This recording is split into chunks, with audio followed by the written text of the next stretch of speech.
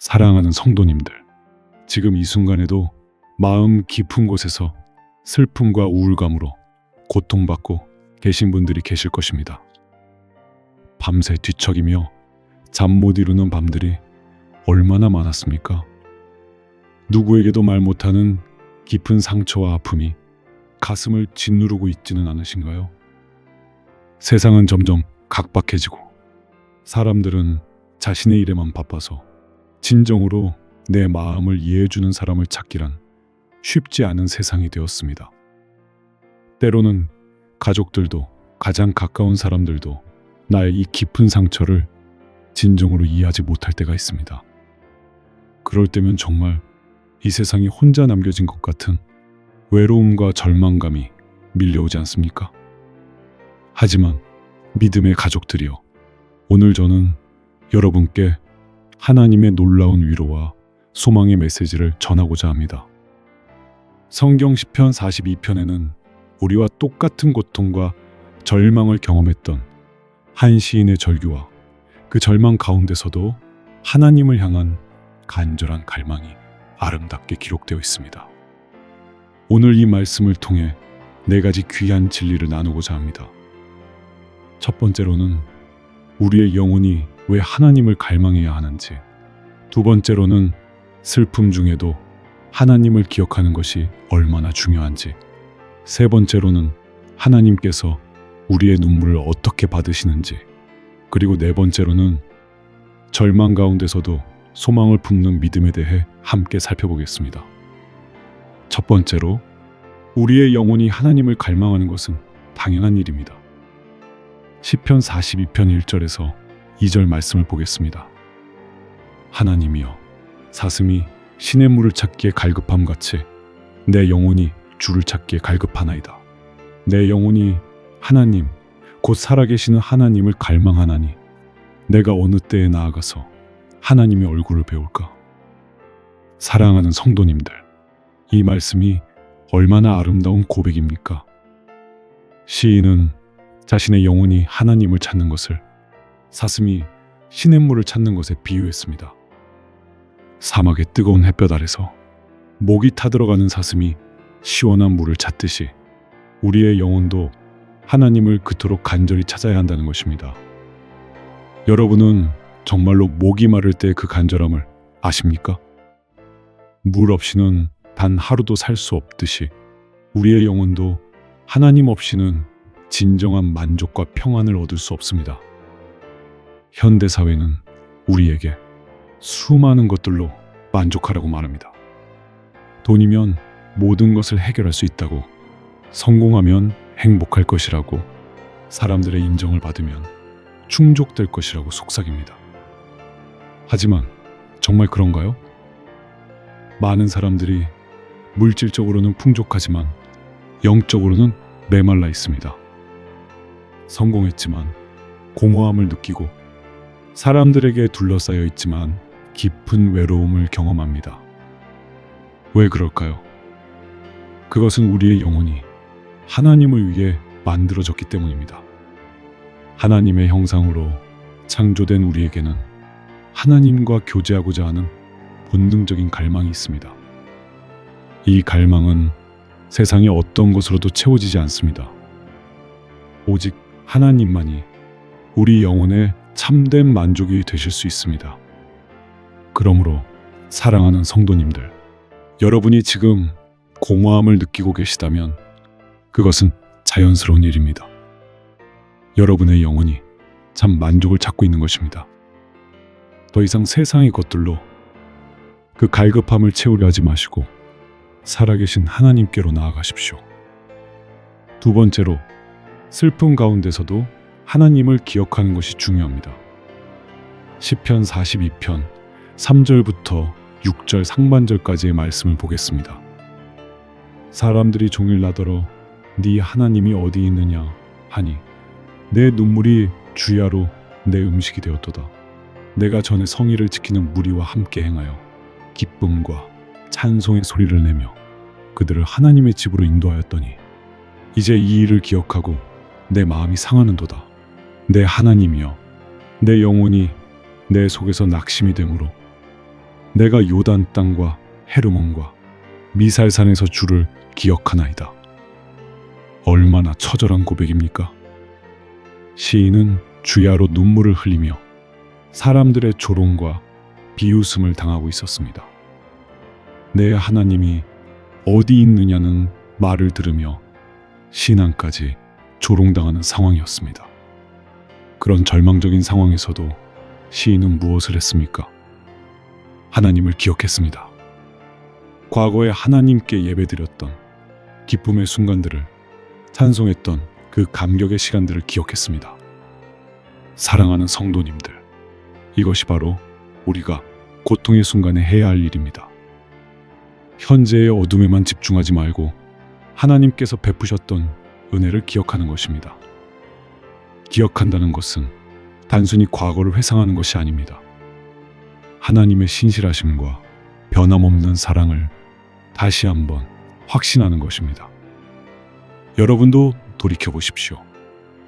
하나님께서 여러분의 인생에 베푸신 은혜가 얼마나 많습니까? 위험한 순간에 지켜주셨던 것, 절망의 순간에 소망을 주셨던 것, 외로울 때 위로해 주셨던 것들을 기억해 보십시오. 그 하나님이 지금도 살아계시고 여러분과 함께 하십니다. 변한 것은 상황이지 하나님은 변하지 않으셨습니다. 우리가 슬픔 가운데 있을 때 자칫 모든 것이 끝났다고 생각하기 쉽습니다. 하지만 하나님의 역사는 계속되고 있습니다.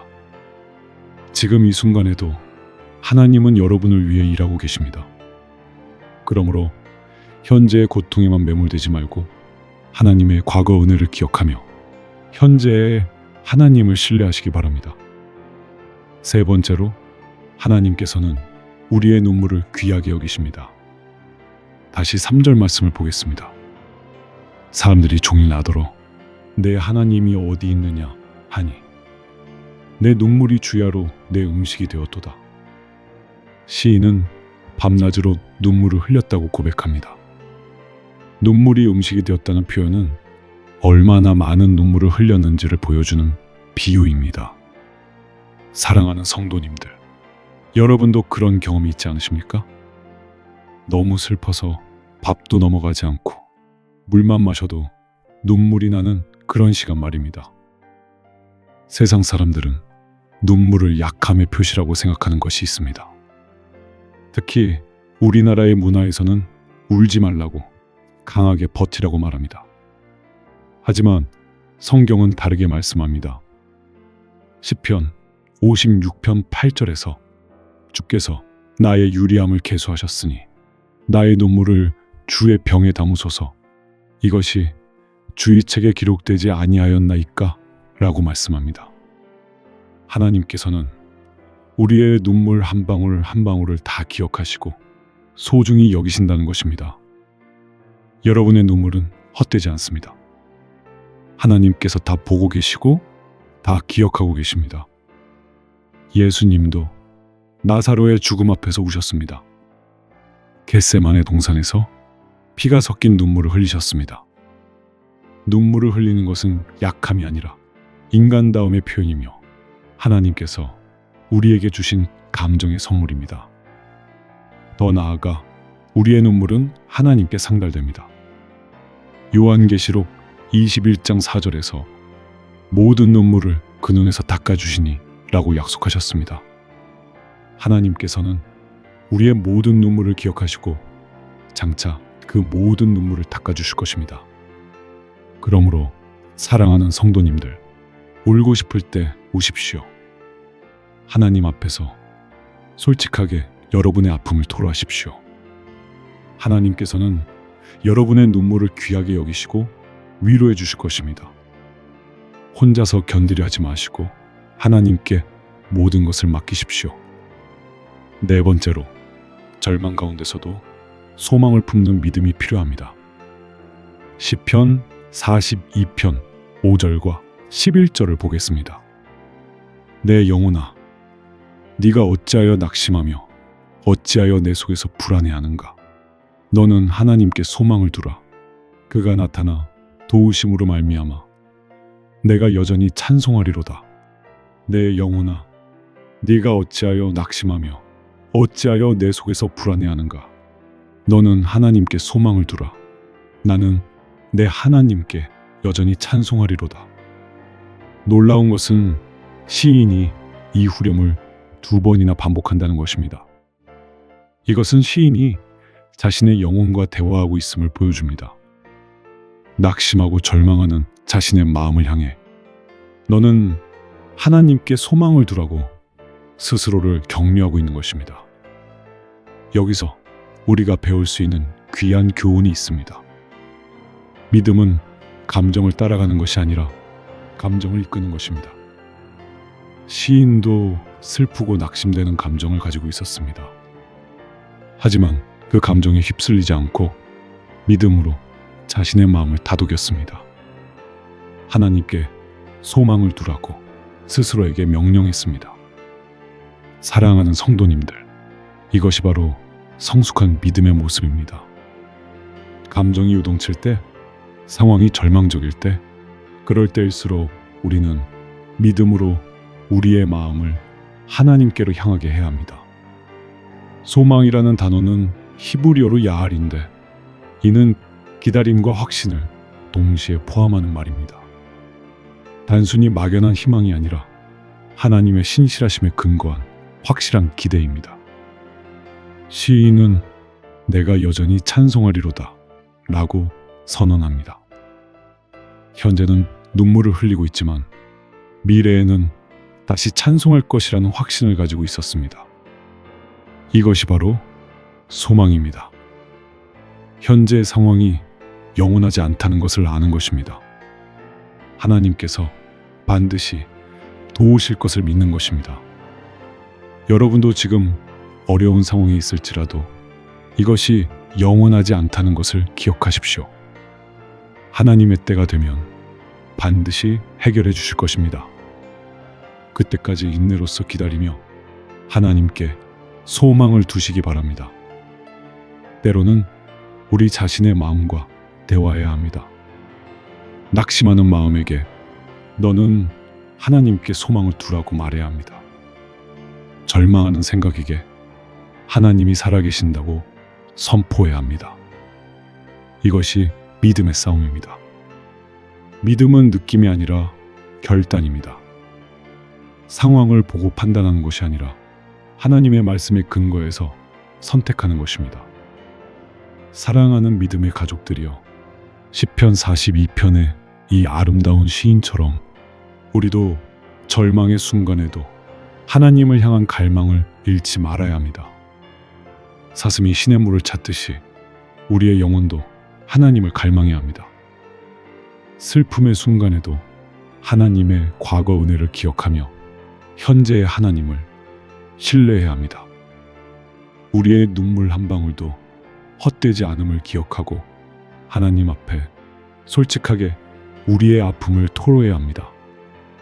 그리고 무엇보다 절망 가운데서도 소망을 포기하지 않는 믿음을 가져야 합니다. 여러분이 지금 어떤 상황에 있든지 하나님께서는 여러분을 사랑하고 계십니다. 여러분의 고통을 아시고 여러분의 눈물을 기억하고 계십니다. 그리고 반드시 때가 되면 여러분을 도우실 것입니다. 더 이상 혼자서 감당하려 하지 마십시오. 하나님께 성도님의 모든 짐을 맡기십시오. 그분이 여러분의 참된 위로자가 되실 것입니다. 오늘 이 말씀이 여러분의 마음에 위로와 소망이 되기를 바랍니다. 어둠 가운데서도 빛을 보는 믿음, 절망 가운데서도 소망을 품는 믿음을 가지시기 바랍니다. 하나님께서 여러분과 함께 하시며 여러분의 모든 눈물을 기쁨으로 바꿔주실 것을 믿습니다. 이 말씀을 들으시고 위로받으신 분들은 댓글에 아멘으로 고백해 주시기 바랍니다. 그리고 이 영상이 도움이 되셨다면 좋아요와 구독, 알림 설정까지 부탁드립니다. 어려움 가운데 있는 더 많은 분들에게 하나님의 위로가 전해지도록 공유도 부탁드립니다. 사랑하는 성도님들에게 하나님의 크신 사랑과 은혜가 충만하시기를 축복하며 기도합니다. 하나님께서 성도님들의 모든 눈물을 기쁨으로, 모든 슬픔을 소망으로 바꿔주시기를 예수님의 이름으로 축복합니다. 아멘.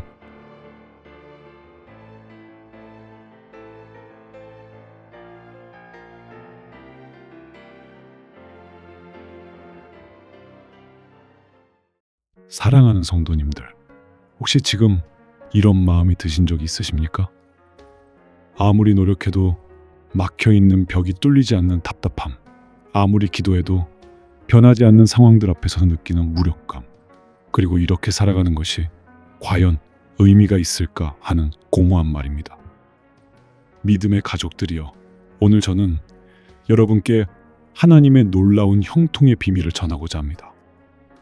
성경에는 우리와 같은 연약한 인간이 어떻게 하나님의 능력으로 불가능을 가능하게 만들 수 있는지, 어떻게 영적 돌파를 경험할 수 있는지에 대한 생생한 증거들이 기록되어 있습니다. 오늘 우리가 함께 살펴볼 말씀을 통해 네 가지 귀한 진리를 나누고자 합니다. 첫 번째로는 우리의 영혼이 왜 하나님을 간절히 갈망해야 하는지, 두 번째로는 하나님의 영이 강하게 임할 때 일어나는 놀라운 역사, 세 번째로는 형통한 삶의 실제적인 모습이 무엇인지, 그리고 네 번째로는 하나님께서 우리에게 주시는 특별한 보호와 인도하심에 대해 함께 나누겠습니다. 첫 번째로, 우리의 영혼이 하나님을 갈망하는 것은 자연스러운 일입니다. 시편 1편 1절부터 3절까지의 말씀을 보겠습니다. 복 있는 사람은 악인들의 꾀를 따르지 아니하며 죄인들의 길에 서지 아니하며 오만한 자들의 자리에 앉지 아니하고 오직 여호와의 율법을 즐거워하여 그 율법을 주야로 묵상하는 자로다.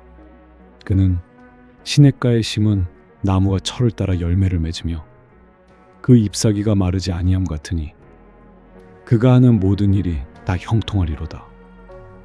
사랑하는 성도님들, 여기서 주목해야 할 단어가 있습니다.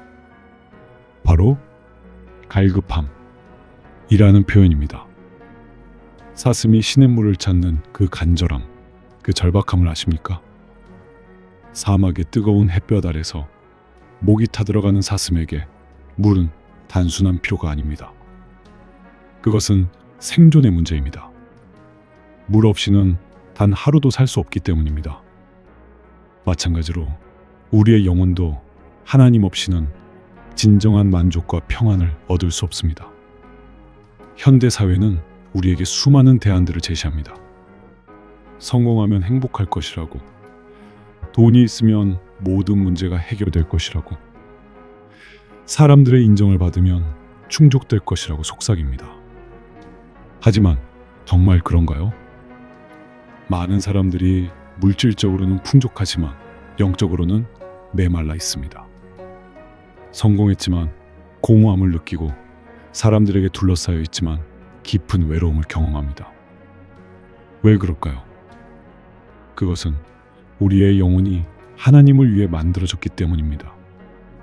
하나님의 형상으로 창조된 우리에게는 하나님과 교제하고자 하는 본능적인 갈망이 있습니다. 이 갈망은 세상의 어떤 것으로도 채워지지 않습니다. 오직 하나님만이 우리 영혼의 참된 만족이 되실 수 있습니다. 묵상이라는 것은 단순히 성경을 읽는 것이 아닙니다. 히브리어로 하가라는 단어인데 이는 자기 귀에 들리도록 읊조린다는 뜻입니다. 즉, 하나님의 말씀을 반복해서 소리내어 읽으며 그 말씀이 내 삶 속에서 살아 움직이게 하는 것입니다. 묵상은 삶과 분리된 종교적 행위가 아닙니다. 오히려 하나님의 말씀으로 살아가는 삶 자체가 묵상입니다. 예배는 삶으로부터 시작됩니다. 우리가 하나님의 말씀을 즐거워하며 그 말씀대로 살아갈 때 그것이 바로 참된 예배인 것입니다. 그러므로 사랑하는 성도님들, 여러분이 지금 공허함을 느끼고 계시다면 그것은 자연스러운 일입니다. 여러분의 영혼이 참 만족을 찾고 있는 것입니다. 더 이상 세상의 것들로 그 갈급함을 채우려 하지 마시고 살아계신 하나님께로 나아가십시오. 두 번째로, 하나님의 영이 강하게 임할 때 놀라운 일들이 일어납니다. 사사기 14장 5절과 6절 말씀을 보겠습니다. 삼손이 그의 부모와 함께 딥나에 내려가 딥나의 포도원에 이른즉 젊은 사자가 그를 보고 소리 지르는지라 여호와의 영이 삼손에게 강하게 임하니 그가 손에 아무것도 없이 그 사자를 염소 새끼를 찢는 것 같이 찢었으나 그는 자기가 행한 일을 부모에게 알리지 아니하였더라. 사랑하는 성도님들, 이 말씀에서 주목해야 할 부분이 있습니다. 삼손이 젊은 사자를 만났을 때 그것은 생사를 가르는 위험한 순간이었습니다. 젊은 사자가 소리를 지르며 위협했다는 것은 삼손을 공격하려는 의도를 보여줍니다. 그런데 삼손은 손에 아무것도 가지지 않고 그 사자를 염소 새끼를 찢듯이 찢었다고 기록되어 있습니다. 여기서 중요한 것은 삼손 자신의 힘이 아닙니다. 성경은 분명히 말씀합니다. 여호와의 영이 삼손에게 강하게 임하니 바로 이것입니다. 형통이라는 것은 단순히 운이 좋거나 개인의 노력만으로 이루어지는 것이 아닙니다. 형통은 하나님의 영이 강하게 임할 때 일어나는 하나님의 역사입니다. 히브리어로 형통이라는 단어는 살라흐인데 이는 막힌 것을 뚫고 앞으로 나아가는 것을 의미합니다. 돌파하는 힘, 장애물을 제거하는 능력을 나타냅니다. 이것은 수동적인 것이 아니라 매우 능동적인 하나님의 역사입니다. 삼손이 젊은 사자를 만난 상황을 다시 생각해 보십시오. 만약 그 사자를 제거하지 못했다면 삼손은 죽음에 이르렀을 것입니다. 하지만 하나님의 영이 강하게 임함으로 말미암아 그는 그 위험을 돌파할 수 있었습니다. 여러분도 지금 인생에서 젊은 사자와 같은 위험한 상황을 만나고 있지는 않습니까? 해결될 것 같지 않는 문제들, 앞을 가로막고 있는 장애물들, 도저히 이길 수 없을 것 같은 어려움들 말입니다. 하지만 기억하십시오. 하나님의 영이 강하게 임하면 불가능이 가능해집니다. 삼손은 손에 아무것도 없이 사자를 찢었습니다. 이것이 무엇을 상징하는지 아십니까? 그가 어떤 것도 의지하지 않았다는 것입니다. 오직 여호와의 영만을 의지했다는 것입니다. 우리도 마찬가지입니다. 우리가 세상의 방법이나 인간적인 수단에 의지할 때는 한계가 있습니다. 하지만 오직 하나님의 영에 의지할 때 우리는 상상할 수 없는 능력을 경험하게 됩니다. 그러므로 사랑하는 성도님들, 여러분이 지금 어떤 어려움에 직면해 있든지 하나님의 영이 강하게 임하시기를 간구하십시오. 그러면 반드시 돌파의 역사가 일어날 것입니다. 세 번째로, 형통한 삶의 실제적인 모습을 살펴보겠습니다. 다시 시편 1편 3절 말씀을 보겠습니다.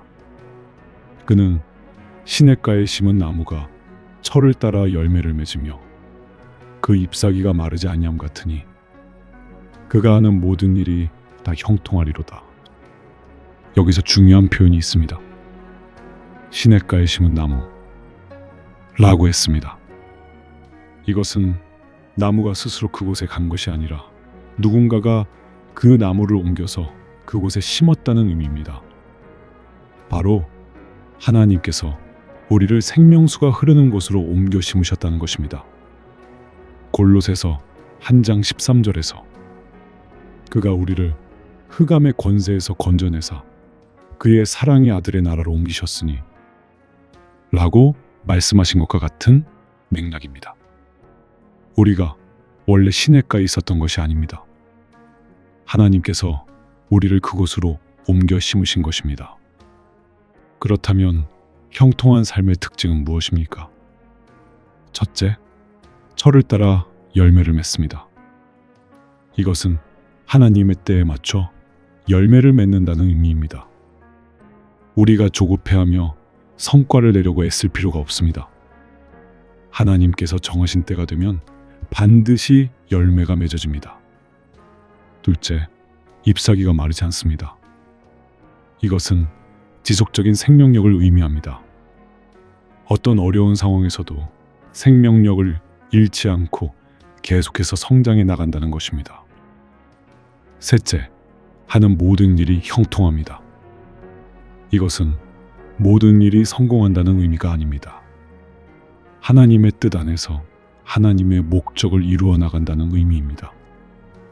사랑하는 성도님들, 여러분의 삶이 지금 메말라 있다고 느끼십니까? 웃음기가 사라지고 불안하며 절망적인 것만 보인다고 느끼십니까? 그렇다면 지금 여러분이 가고 있는 방향을 점검해 보십시오. 혹시 하나님이 심어주신 시냇가를 떠나 다른 곳으로 가고 있지는 않습니까? 하나님께서는 우리의 자유를 존중해 주십니다. 하지만 참된 자유는 하나님의 뜻 안에서 누리는 것입니다. 시냇가를 떠나면 우리는 메마른 광야에서 방황하게 됩니다. 하지만 하나님께서 심어주신 그 자리로 돌아가면 다시 생명수를 공급받을 수 있습니다. 그러므로 지금이라도 늦지 않았습니다. 하나님께로 돌아가십시오. 그분이 여러분을 위해 예비하신 그 시냇가로 돌아가십시오. 네 번째로, 하나님께서는 형통한 삶을 사는 사람들에게 특별한 보호와 인도하심을 주십니다. 시편 121편 5절과 6절 말씀을 보겠습니다. 여호와는 너를 지키시는 이시라. 여호와께서 네 오른쪽에서 네 그늘이 되시나니 낮의 해가 너를 상하게 하지 아니하며 밤의 달도 너를 해하지 아니하리로다. 사랑하는 성도님들, 여기서 하나님께서 우리의 오른쪽에서 그늘이 되신다 고 하셨습니다. 왜 하필 오른쪽일까요? 이스라엘에서는 방향을 가리킬 때 동쪽을 앞으로 봅니다. 동쪽은 해가 뜨는 곳으로 하나님의 영광이 나타나는 방향을 상징합니다. 우리가 하나님을 향해 동쪽으로 걸어갈 때 오른쪽은 남쪽이 됩니다. 이스라엘의 남쪽은 뜨거운 사막 지역으로 맹렬한 햇볕이 내리쬐는 곳입니다. 그 뜨거운 햇볕은 단순한 더위가 아닙니다. 생명을 위협하는 위험한 열기입니다. 그런 상황에서 그늘은 생존을 위한 필수 요소입니다. 하나님께서는 우리 인생에서 가장 힘들고 위험한 순간에 그늘이 되어 주신다고 약속하셨습니다. 또한 이사야 41장 10절에서는 하나님께서 우리를 의로운 오른손으로 붙드신다고 말씀하셨습니다. 두려워하지 말라. 내가 너와 함께함이라. 놀라지 말라. 나는 내 하나님이 됨이라. 내가 너를 굳세게 하리라. 참으로 너를 도와주리라. 참으로 나의 의로운 오른손으로 너를 붙들리라. 이 말씀을 한마디로 요약하면 내가 너를 형통하게 하리라는 약속입니다. 하나님께서는 가장 취약하고 어려운 순간에 우리와 함께 하셔서 힘을 주시고 보호해 주십니다. 시편 119편 25절에는 이런 고백이 있습니다. 내 영혼이 진토에 붙어 싸우니 주의 말씀대로 나를 살아나게 하소서. 진토는 바람에 날리는 흙먼지를 의미합니다. 시편 기자는 자신의 영혼이 그 흙먼지에 찰싹 붙어서 구분이 안 될 정도라고 표현했습니다. 이것은 자신이 완전히 지쳐 쓰러져서 죽음에 가까운 상태에 이르렀다는 의미입니다. 절망적인 상황을 그렇게 생생하게 표현한 것입니다. 하지만 그 뒤에 이어지는 말씀을 보십시오. 주의 말씀대로 나를 살아나게 하소서. 이것이 바로 형통을 구하는 기도입니다. 죽음과 같은 상황에서 하나님의 말씀으로 다시 살아나게 해달라는 간구입니다. 여러분도 지금 그런 상황이 있지 않으십니까? 인간관계로 인해, 직장 문제로 인해, 경제적 어려움으로 인해 건강 문제로 인해 영혼이 진토에 붙은 것 같은 절망감을 경험하고 계시지는 않습니까? 그렇다면 이렇게 기도하십시오. 내 영혼이 진토에 붙었사오니 주의 말씀대로 나를 살아나게 하소서. 여호와여 구하옵나니 이제 우리를 형통하게 하소서. 하나님께서는 반드시 응답해 주실 것입니다. 사랑하는 믿음의 가족들이여, 오늘 우리가 함께 나눈 말씀을 정리해 보겠습니다. 첫째, 우리의 영혼이 하나님을 갈망하는 것은 자연스러운 일입니다.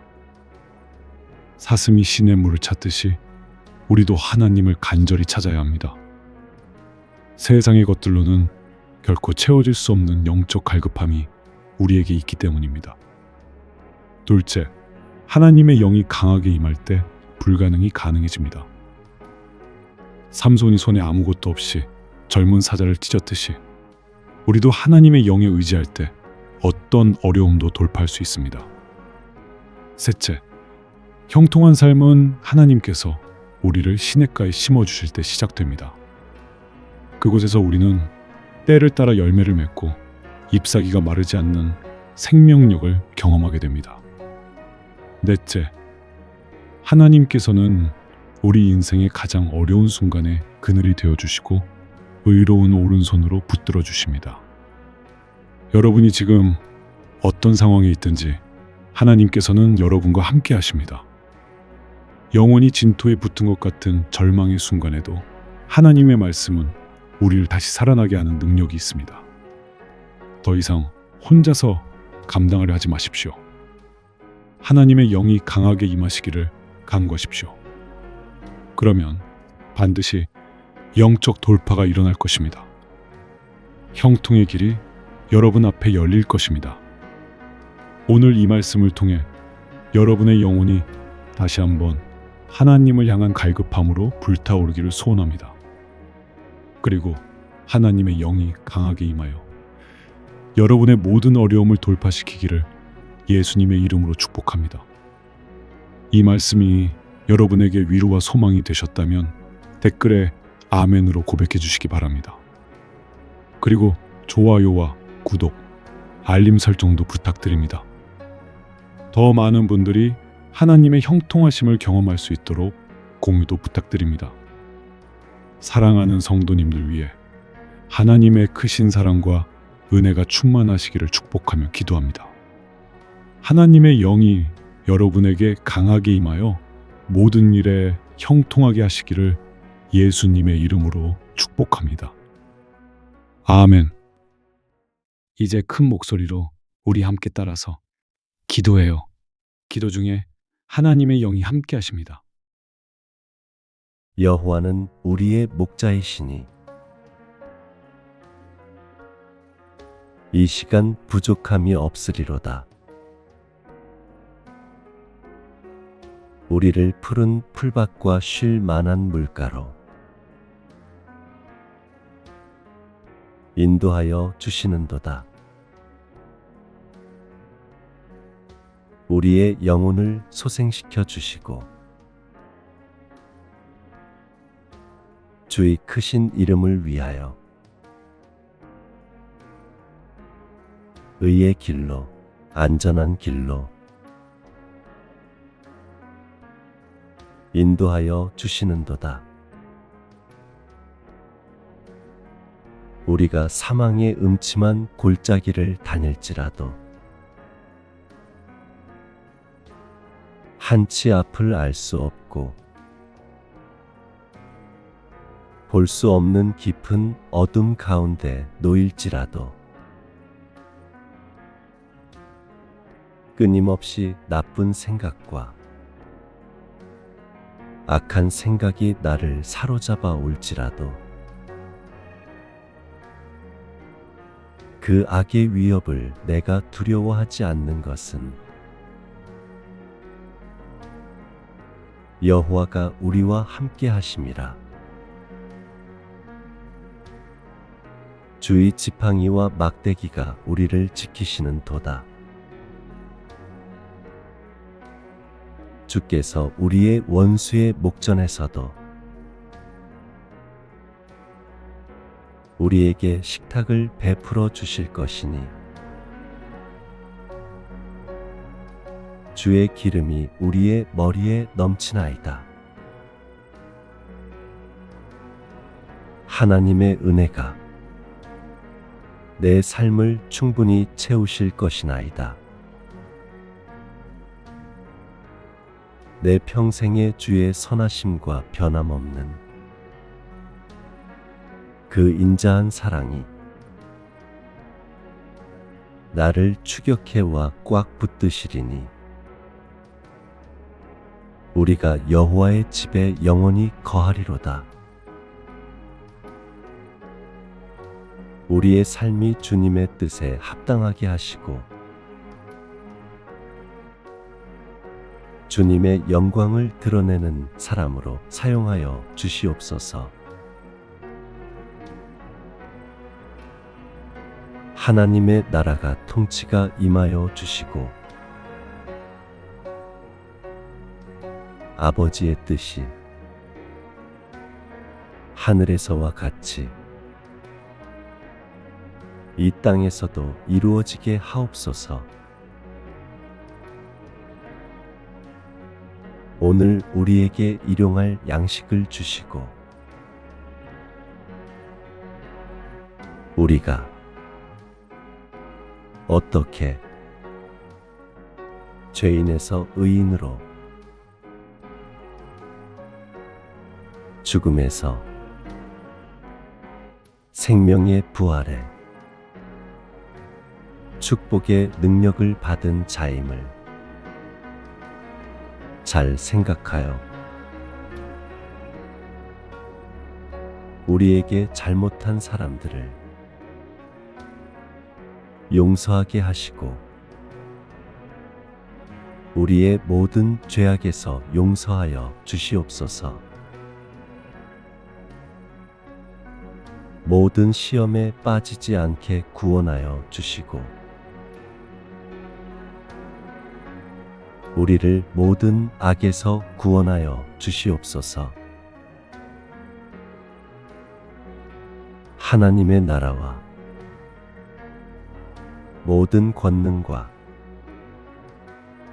모든 영광이 영원히 하나님의 것입니다.